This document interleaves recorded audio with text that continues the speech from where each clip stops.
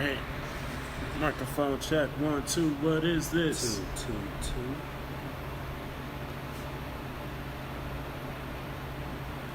So does it record the feed over there as well?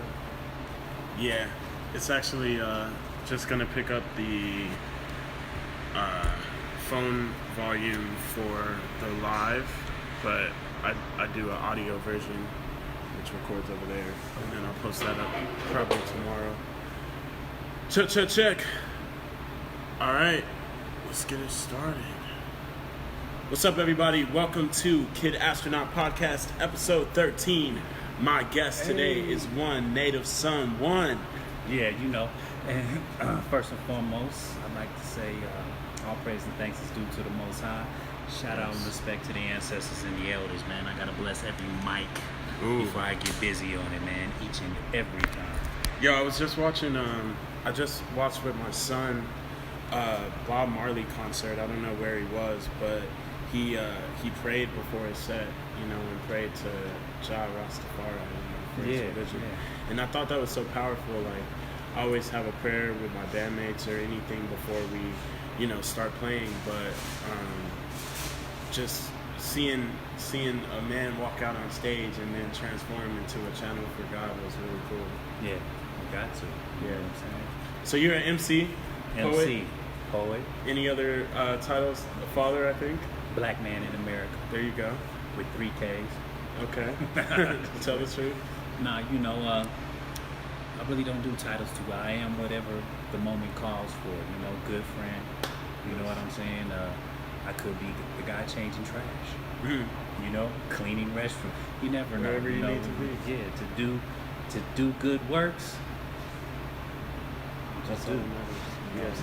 Straight up. So on your artistic side though, you've been doing a lot of shows with some real legends.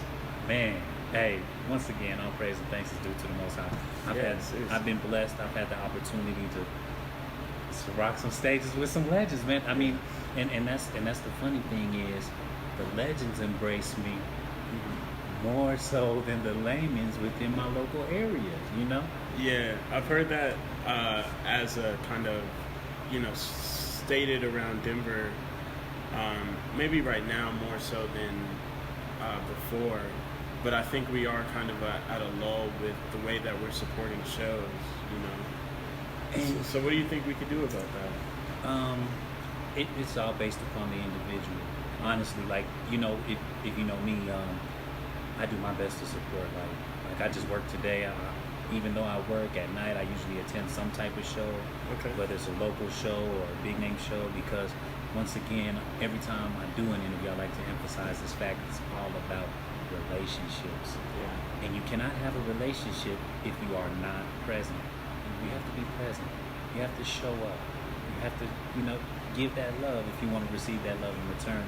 And I believe that the issue that we're having right now stems from so many artists throughout the years. You know what I'm saying? I probably, through my time spending a few years within the scene, I probably could name a couple hundred rappers. That's just rappers, R&B singers. Now, I don't even, do rock or that, though I may end up at a show, I support musicians as well. And so people tend to section themselves off and go support, not by way of being a fan, by liking the music, but their friends or family, a specific artist. Sure. So then I think some people feel that they're doing their people wrong if they support another artist. You know what I mean? Okay. I think sometimes people have that conflict. Yeah. And also brand loyalty. Yeah. And the demand on our time is different now too. Okay. We don't have much time. A lot of us are busy at work, man. Sure. Trying to make a living. And as you know, rent here is at an all-time high. It seems like it's only getting higher. We got a lot of problems that we need to fix politically as well before people are like, hey, okay, I'll go to the show. Here's $20. It's not something $10. Our mind might be on at this current moment. Exactly. Yeah. It's on what it should be on, trying to provide a home for your family, food. But we still need entertainment. We still need art, culture. We still do. And also, it's been a while. So, Denver is a hub and it's dense. Like, the quality of art and everything here is dense. So if you're just only from here, you wouldn't realize it. But if you've been other places, you would realize like it's dense with musicians and with art. A lot of people. You know what I'm saying? So a lot of people take it for granted. You know, just like any of us, man. When we do something daily, we tend to become complacent. Yeah. You know, so Sure. I've watched it. I mean, you've probably watched it too. You play in a band, so people just don't appreciate live music like they should. Yeah. In some pockets, I see it happen, but I think overall, as a city, I definitely hope that we do create those spaces and have the support as artists where we could, you know, be an artist and have fans at our shows. You know, it takes both sides of that. You just got to get connection. creative with those marketing dollars. Absolutely. That's where it lies too. Yeah. Is your marketing strategy and those marketing dollars. And as artists, we can't complain about it either. No. It's like, do what you got to do. If you are an artist, you know what I'm saying? And, Yeah. and if art is what's at heart. Because the complainers tend to be the people that are just trying to rush to the money. Yeah. The people that are all about the art are just glad to be able to present and do what they do. And they'll go through those hard knocks. Yeah. But the best thing about being here is you have a place you can do it. So that's a message to anybody that watches this, that does reside in the Denver area. Please understand that these venues take care of you. There is a place for you. If you want to get on stage, you can. Yeah. If you're smart enough and go Have about those it in the right way, connections, you can get there. Because that's what it's about. Relationships. Yeah. And how you build those relationships. And that's also why I've been blessed this summer to have so many shows, because I spent so much time building relationships, and then they all came to fruition like at the same time as I proceeded to move forward. So Devin the Dude, KRS-One, let me see, who else did I see on your page recently? But yeah, talk about that, man. Like, what is that experience been? I'm assuming you're a big hip hop fan, so those artists big mean hip hop the world to you, you know. Hip hop is my love. It's my culture. It's my craft. It's not something I do. It's something I live moment by moment. And this summer so far, you know, as far as the greats, it's been Talib Kweli. Yeah. So I've done a show with Zero. Okay. Devin Dude, Busy Bone. Yeah. KRS-One coming up, and then Keith Murray with Def Squad in September, and it's just in my plans to keep adding to that list. Just let the list go on, because from a personal standpoint, you know, major keys right here. All right. Okay. I find that it's better to do shows with established artists than trying to build your way up. Than do a lot of local shows, because it's not a build. Because when you do a lot of local shows, or they tend to pack in the local talent, and then the people attending are just friends and family of those local artists. Yeah. So You're not making new fans. How many genuine fans are you generating from placing yourself on this That is a platform? major key right there. You know, so take the time to whatever it takes to open up for more established artists, and your goal is to target that crowd, because they're from here, you're from here, you know, and you let them know, hey, well, I'm here all the time, you know, for your hip hop needs, right? So is that the goal for you, to become a hip hop legend, man? Are you That is my goal. Walking that path? I'm gonna just be honest with you, my brother. Yeah, please. For me, as an artist, this is seriously my heart. When I was young, I was very, very poor. I couldn't afford instruments. I wanted one so bad. I tried one time. What you want to play? They had a free instrument, right? I wanted to do drums or sax. I've always loved the sax. Really? Honestly, I'm a big fan. People that play sax, and at my Talib Kweli show, I had a sax player with me. Okay. His name's Sivan Hope. Excellent. And I did an a cappella piece mixed with the sax. It was wonderful, man, wonderful. But so my voice became my instrument. Yeah. My voice became my instrument, and poetry just came naturally. And I didn't know it until I was in middle school, I believe. I was in middle school. I ended up getting in trouble. I had got sentenced to 2 years in juvenile.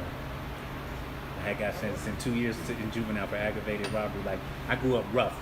You know, I'm originally from Los Angeles. Like, I'm the real deal. We're out here. You know, seriously. Not to brag, or not that I'm overly proud. I'm just, you know, giving my truth and my story. And while in there, I had an English teacher, and she put me to the challenge of writing. And I wrote, came back, She was like, this is amazing, you know, this is, and that's where I really discovered that I could do it on a consistent basis. And then I also knew when I was real young as well, because when I was real young in elementary school, I entered a poetry contest, and it was a national one, and ended up winning. You know, I've also won state poetry champ. I competed in forensics in high school later on. You know what I mean? Mm-hmm. So what's up, Lizzie? most definitely. Oh, peace, love, and blessings to Lizzie Brody, my girl. You know what I'm saying? Much respect. Yeah. So you won a poetry competition, and Yeah. from there, just how did it? Because poetry is a little bit different than the art of like hip hop songwriting, you know. So Well, when did it start to I've dive always, over? well, I've always had a natural talent. There's 3 things that I use to describe myself: Okay. skill, which is something built over time; talent, which is natural; and ethos. And ethos is I believe, a Greek word, Latin word, which stands for character and credibility. It's used heavily in the business world. So maintaining these stations is what I build myself upon. So when I was real young, my mother, like I said, I'm originally from California, Los Angeles. She worked at the Plaza Hotel, which is downtown LA. So when the stars would come in, that's where they would stay. And she was head of maintenance or head engineer or something like that. But I had the pleasure when I was real young of meeting, MC Hammer. Really changed my life. Michael Jackson. Like, it was just an experience just to see so many black people move in unison, and actually got to talk with these people. Like, I even reached back, Sankofa, reached back and reconnected with MC Hammer. So now we talk sometimes on Twitter. He's my friend on Twitter. He follows me back. It's just important, man. The culture is important. Can't let our people die out. You know what I'm saying? Yeah. Or go forgotten. Yeah. And all the work that they put in, so we could be where we're at today so easily. Yeah, that's also a testament to these artists, man, because a lot of time in the art world, you might see people kind of creating a barrier around themselves. They don't want to talk to people, they want to create that air of mystery or whatever. Yeah, true. So it's very cool to know that an artist like MC Hammer, would still, remember somebody and reach out to them. I think that's an important lesson for artists, that it means something to you, and that somebody else who is a big name could kind of open themselves up in that way to somebody else. You never know who that can impact, down the line. Just And that's your duty. yeah, That's your duty, right? As an artist, to touch people. yeah, I think that's significantly what you're trying to do as an artist, is utilize that as a catalyst to communicate. right, You're communicating something, trying to touch people. And then nowadays, with the advancement that we have through social media and all these other tools, you have to be more like a closer person, whether you want to or you don't. Because if you refrain from giving so much of yourself, more than likely somebody eventually will attempt to paint and maintain a bad image over it. Just naturally, as you can tell by being on the internet, a lot of negativity. tell your own story, or somebody will Tell just your own story. period, for you, period. And that you don't even gotta be famous to see how that happens. You know what I'm Sure. saying? Like, it just happens in everyday life. Yeah. So the last time we met up was at an event hosted by Akil down at Axon Park. Yes. And we were talking about, you kind of brought up this point about the future of blackness and True. kind of focusing more on what's next versus where we've been. True. So yeah, I would like to dip into that more. Well, the specific point I believe I was making that day was, I believe that many of us that define ourselves as quote unquote black are addicted to fighting for black rights. You see what I'm saying? It's not so much the solution anymore, that a lot of us just want an We're stuck excuse. in the battle phase. We just want an excuse to raise a ruckus and feel as though we're right. We feel like we have something legitimate, so we run in the streets yelling and screaming, doing this and doing that, without really paying attention to what it is we want, and what can we do moving forward. Sure. You know, it's not like, even if we were granted the things that we believe it is we want, we're still going to have to face general issues. Everything don't go away if everything is black. We're still going to have debates. We're still going to have people on the left, on the right, on the up, on the down, on the... What do you think, like, coming from, like, if you had to encapsulate what the issue is that people are talking about, what do you think the issue is, and then what do you think it would look like for us to move forward? Well, like, what is the black right that people are speaking about? it's different things in different areas. Basically, it's this particular term that we have is freedom. All right? I'm going to tell you one poison that we don't recognize, and it's called nostalgia. All right? It's a poison. Too much of it will kill you. You know, it will kill your reality, because we have an idea of how things are supposed to be, as opposed to paying attention to the reality. We have no idea how people lived in ancient Kemet. We don't. Honestly, we have these romantic ideas and these nostalgic innuendos that we use, but honestly, we have no idea what it was like to be there every day. You know what I'm saying? Yes. So, is a part of that issue because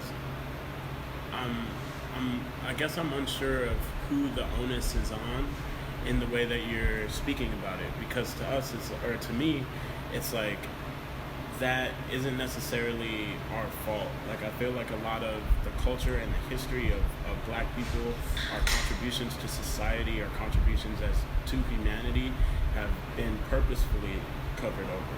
yeah, they have. I mean, they have been. So I think in a lot of ways it's up to us to tell these stories or to extract. And that's fine to tell a story, Mhm.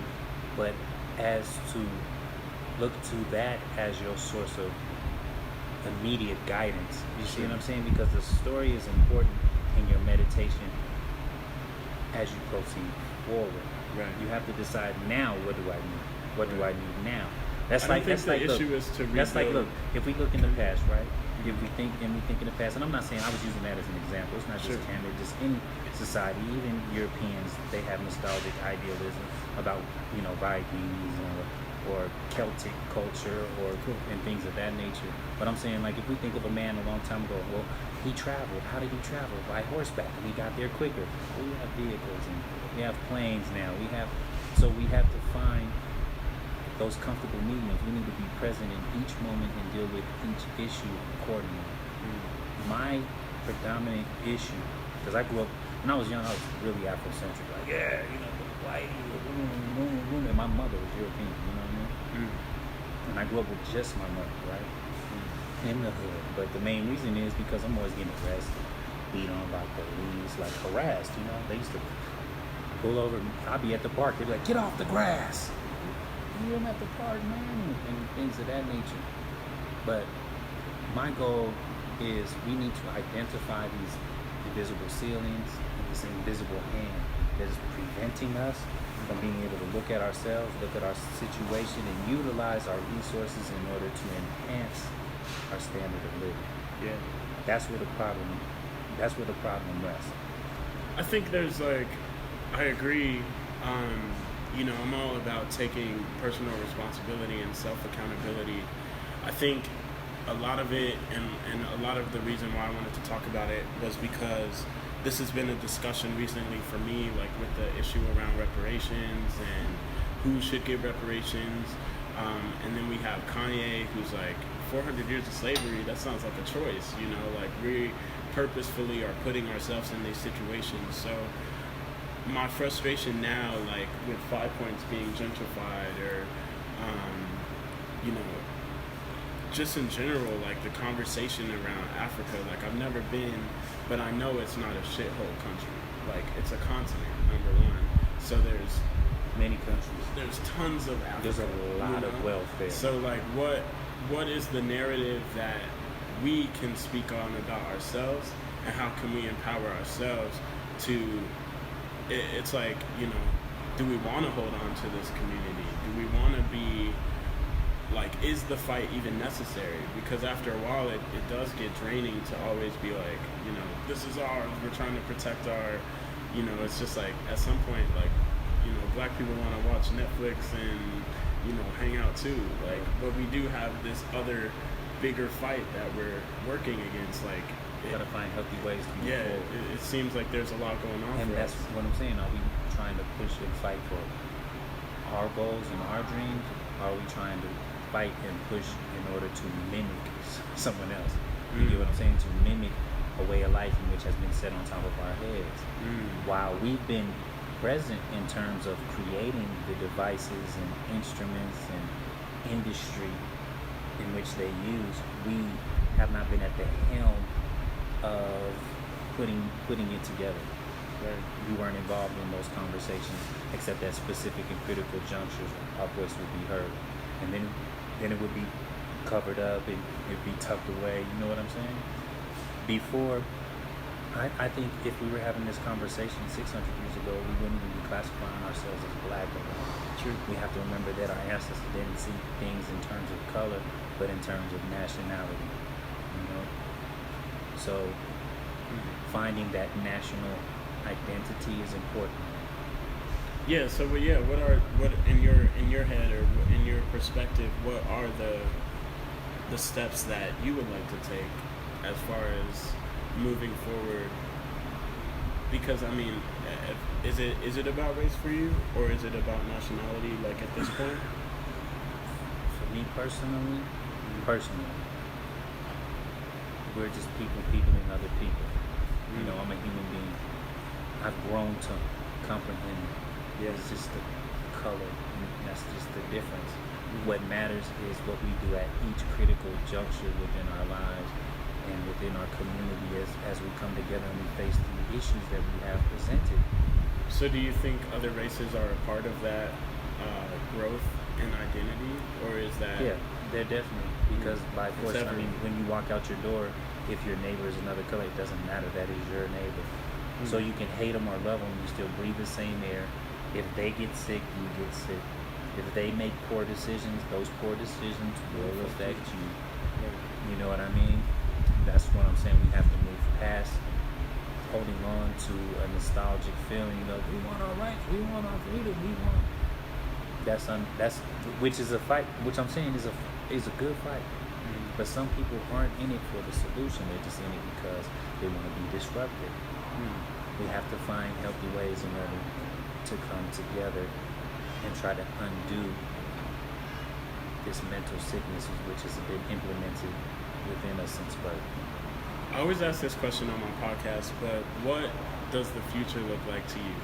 Say everything, you know, these intentions that you're setting out into the universe, say that they did come true.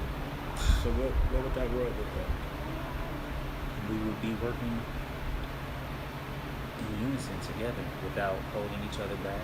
We would be communicating a lot better. Asian. That wouldn't even those terms wouldn't even exist. I think that in terms of nationality would exist just for the sake of identification. Sure. You know, as we move about and move along, but honestly, we would just be working together to ensure that we all gain the best experience that we can, period, because we are here to do one thing. Honestly, make choices. Because the gift isn't life, the gift is choice. And life is the package in which it is wrapped inside. You're here to make choices.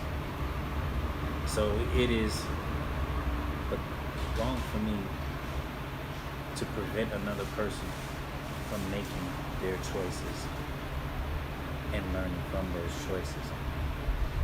Only in the event that those particular choices would put me at a detriment in terms of health, finance, and things.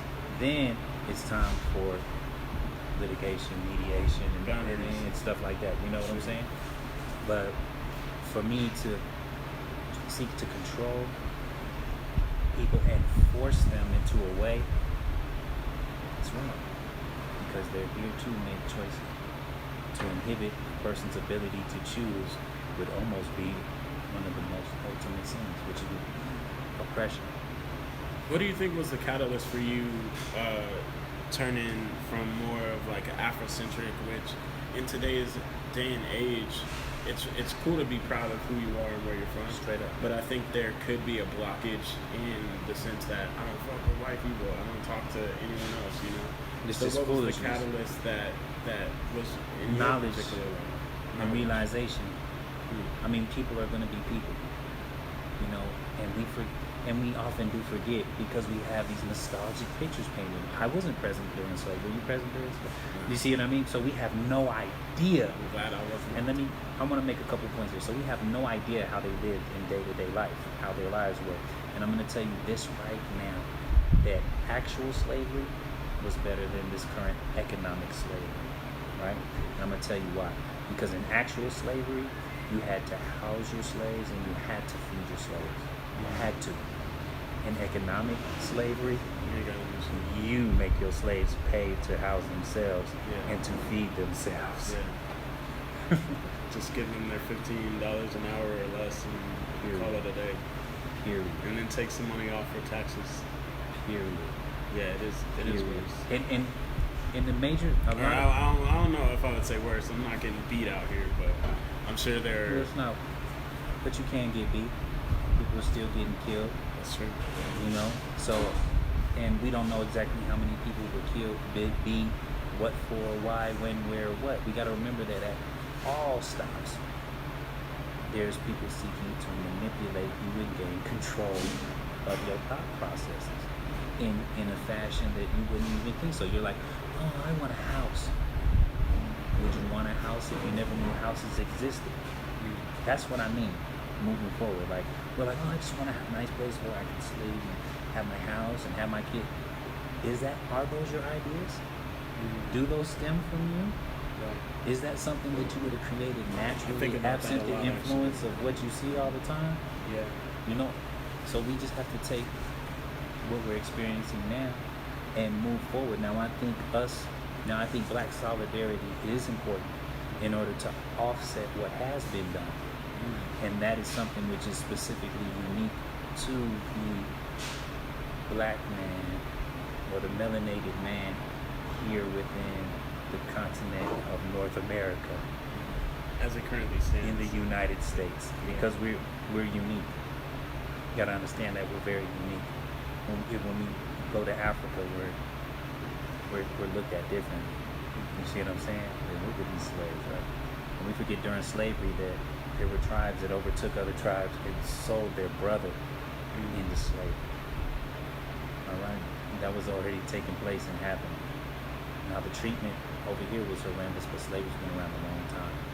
And what we call slavery from a long time ago really looked like what we may call employment today. Yeah, indentured servitude. Like I said, if you was a slave back then, at least your master, at least your boss gave you a house and some food. Your boss don't do that no more.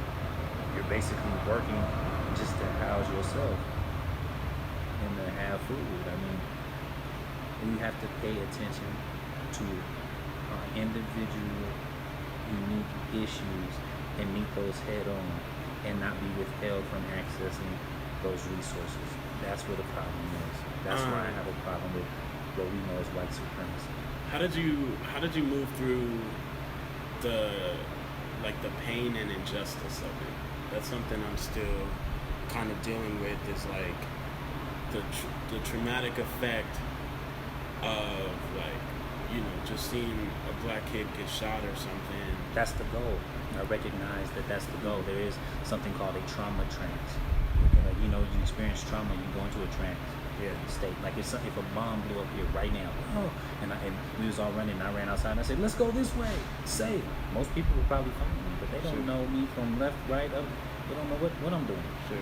So that's the goal, is to utilize fear and trauma in order to set people in a specific, to set them in a trance, so they can have control. So you're not really thinking for yourself. You're not cognitively present. You're just that's the goal. You know what I'm saying? For some people, because there is people that ain't like.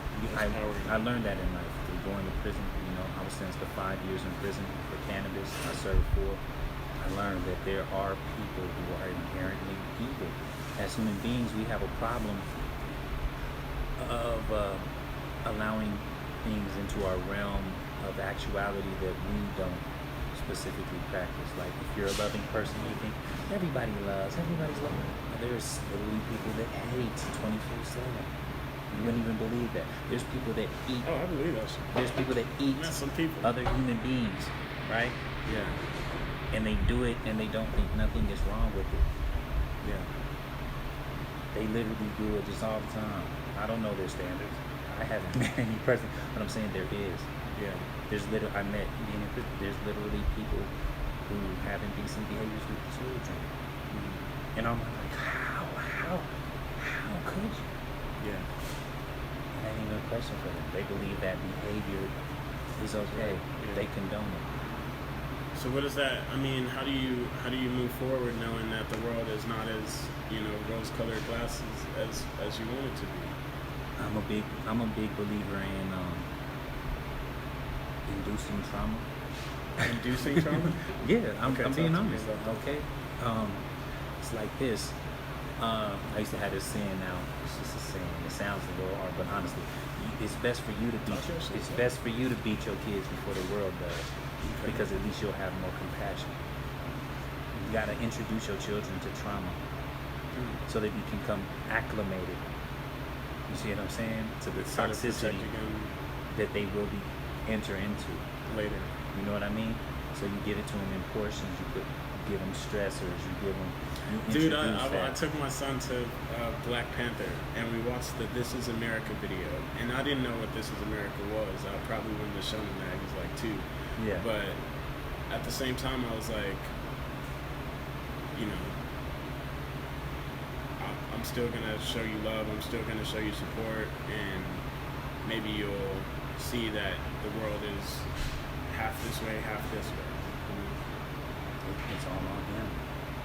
Yeah. As parents, I'm going to say, I believe, from what I've experienced since we've met, paying close attention to your preference, I have a huge amount of respect for you as a father, man. Seriously, Sure. I just want to take it, man. Seriously, man. You do an excellent job with your son. He's a great dude, man. Has the light of his world in his eyes. You know what I'm saying? Yeah. And I got 2 boys. Yeah. Okay. Yeah. Was that your youngest that I know? No, that's my oldest actually. They were born 6 months apart. Oh, okay. Yeah. So, as a father, you're gonna learn that you're here as a guide. But at the end of the day, there's one little thing that you will never be able to keep away from. What's that? Their ability to choose. They're gonna have to make those choices on their own. Yeah. I am really, really big on this. So, just to give it an age limit, being loving, caring, supportive, all of that. Not as strict until they hit the age of 7. All right. Now, in Islam, the age of 7, and a lot of other ancient traditions, the age of 7 is when you become cognitive enough to be responsible for your own actions. Otherwise, you never know what may be filtering through your child, Sure. or what they may have seen, or what they could have been. So they're not held accountable, but they believe the account starts at the age of 7. So then, my goal between 7 and 13 is being as strict as I possibly can. It's being as strict as I possibly can, because I understand that once they hit 13, it's going to be on them. We're not going to be there 24/7. They're going to be a teenager operating here in America, at school, doing their thing, and it's going to be on them to understand the weight and importance of their decision making. Yeah. You know what I'm saying? No matter what that may be.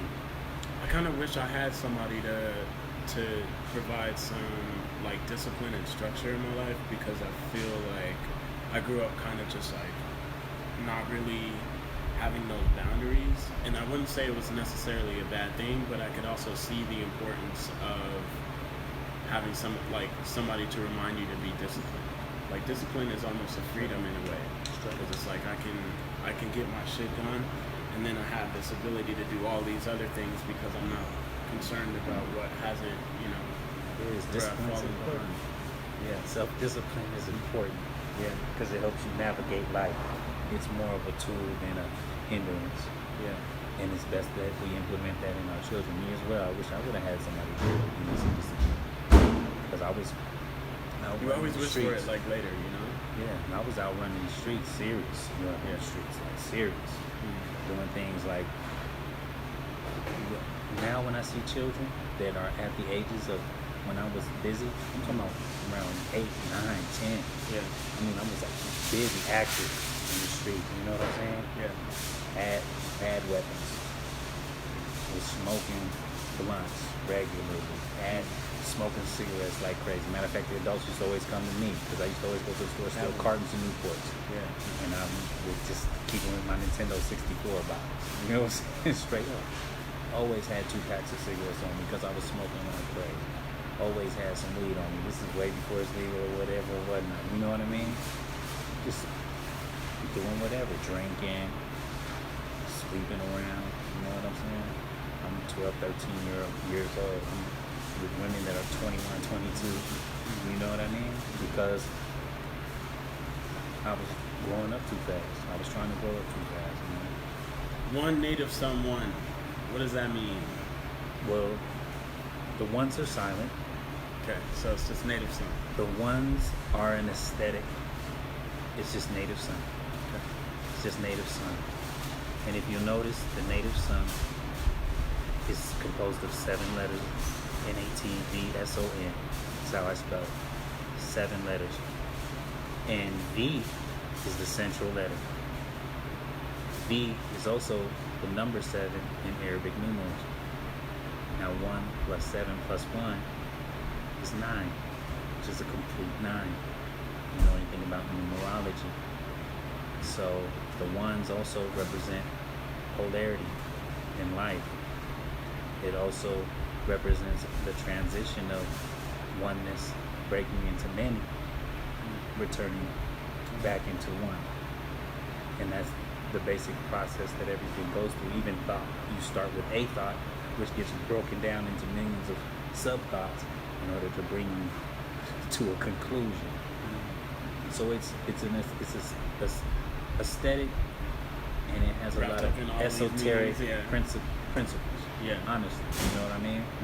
And the other correlations that you can make is, the N on each side is the first consonant that you need moving from the one. And then also the next 2 letters after the N is 1 vowel and 1 consonant.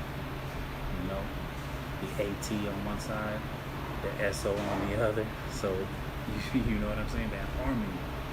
It's just bringing harmony. It's a good feeling. I feel like it's a blessing. Yeah. When the way I write my name for people to see and experience my name. And people always tell me like for marketing purposes you should just spell it out. I'm like, then it wouldn't be me. Yeah. This is important to me. Right. This is one thing I hold on to. It's all lowercase, capital V, 1 dash NATVSON dash 1. Are you a spiritual person, religious person? Like, where do you very place yourself in that? Very spiritual. Very spiritual. I grew up, my mother being Christian, attending church, different churches. And then me, myself, at a young age, I decided to accept Islam, become Muslim. Islam means peace. Well, it means beyond that. Beyond that. Islam actually means the establishment of peace through submission unto the Most High. Okay. In Arabic, a lot of one word, it means a lot in our language. So that's what it means, the establishment of peace through submission unto the Most High. The word salam means peace. But Islam, which Muslim is a derivative, Muslim being one who finds peace through submission to the Most High. Yeah, that's correct. And then there's multiple names of God in Islam as well. Correct. There's 99 names and attributes. Yeah. I just heard about that. Shout out my homie Abdul. Correct. He was breaking it down. There's also dua, and by dua, that means minor supplication in English. Okay. So it's not like a formal prayer, but a generalized prayer, something you just say to yourself, where the Prophet Muhammad sallallahu alaihi wasallam actually called upon the name of Allah subhanahu wa ta'ala by using, he said, Ya Allah, by whatever name anyone has ever called you, because there's no one name. You cannot bring the infinite into an actuality, because then it becomes finite. Yeah. And we can never comprehend the infinite, us being finite beings. We can never comprehend within its entirety. You know what I'm saying? And to attempt to contemplate that which is beyond contemplation can sometimes just lead us down a bad road. And it's, I'm going to be honest with people. I'm big on theology and philosophy. So Buddhism, pretty close to like Judaism, Taoism, these Zoroastrian, Hinduism, and I don't like using isms, but these different belief systems do generally bring forth specific principles within the man to be able to cope with life and himself, to discover unto himself the best way of living. In Islam, we call this deen. Be on your deen, and this is a way of life, your way. That's why sometimes we'll say, to you be your way and to me be mine, you know what I mean? But through the discipline of Islam, I call them disciplines. I don't utilize the term religion as much, but they're all just different disciplines.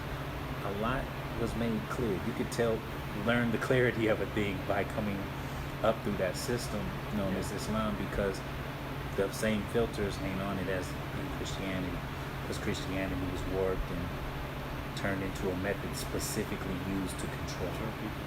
You know what I mean? So it hinders you from developing your individual cognitive skills and finding divinity. In my mind, I feel like people are more interested in the dogma than the presence of God within themselves. Some, but then some aren't. Like there's some Christians that you'll be like, wow, I got a high level of respect, because they broke. And if you yourself read the Bible, I mean, you can read any book and find deliverance within it. You know what I'm saying? Even a fictional tale. Yeah. Can The Alchemist teach you a story, personally you know? was like something that changed my life. Yeah, and I have a song that's about almost the same thing. It's called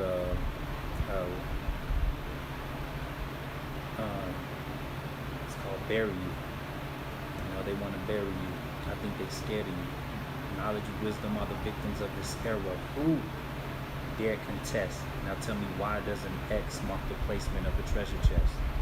Why? Why doesn't X mark the placement of the treasure chest? Because the treasure isn't important, because it's always within you. It's the nature of the journey. Then you find out what the true treasure is. That you already have everything that you need. You know what I'm saying? You already were born naturally with an immune system, with this system. You already have everything that you need. Seriously. You mind, before we go, Yeah, word. do you mind just spitting like a full poem, a full piece? A full piece? Yeah, if you don't mind. Yeah, I don't mind. I think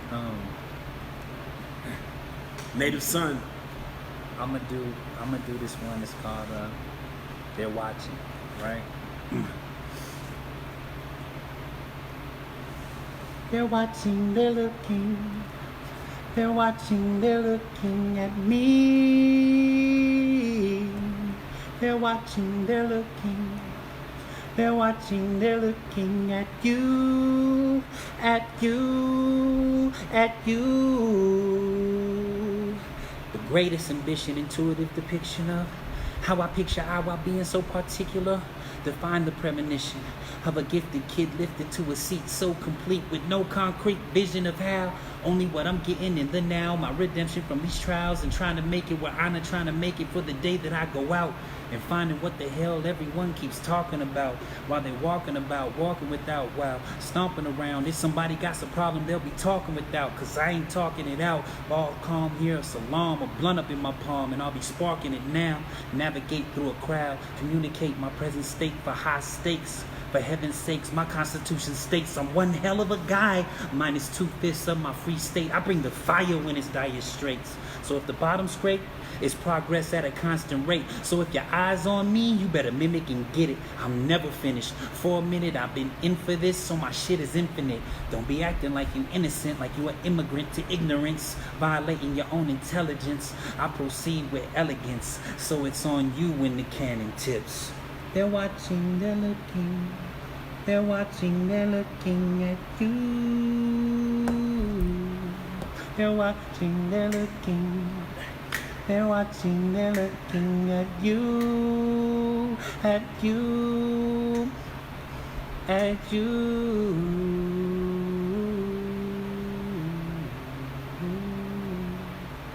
And that's just one little piece off of there, man. Let's go. One little piece off of there, man. Thank you so much, man. Shout out to Brother Jeff's, which is the Cultural Cafe. Yeah, we in Brother Jeff's building right now, man, the Cultural Center. Yeah. And if you consider yourself to be a member of the community here within Denver, I said a member of the community. Yeah. I didn't say black, I didn't say purple. Mm. I just said member of the community. Then this should definitely be one of the stops on your list. It just surprises me so many people who grew up here but never stopped by here. Yeah. Because it's rich in culture and information, and Brother Jeff works diligently in his acquiring information and processing that information. Mm-hmm. You know what I'm saying? And It's figuring like a out ways one-stop to shop. share it. And figuring out ways to share give it it back. man. Much love and respect to the Brother Jeff, man. I appreciate it, man. Thank you, Native Son. Hey, man, appreciate you, Kid Astronaut, for having me, man. That was it. Be well. Peace, love, and blessings, and honorable mentions to anyone who decides to view this session. You in the house with one, NatVson. One. Peace. We out.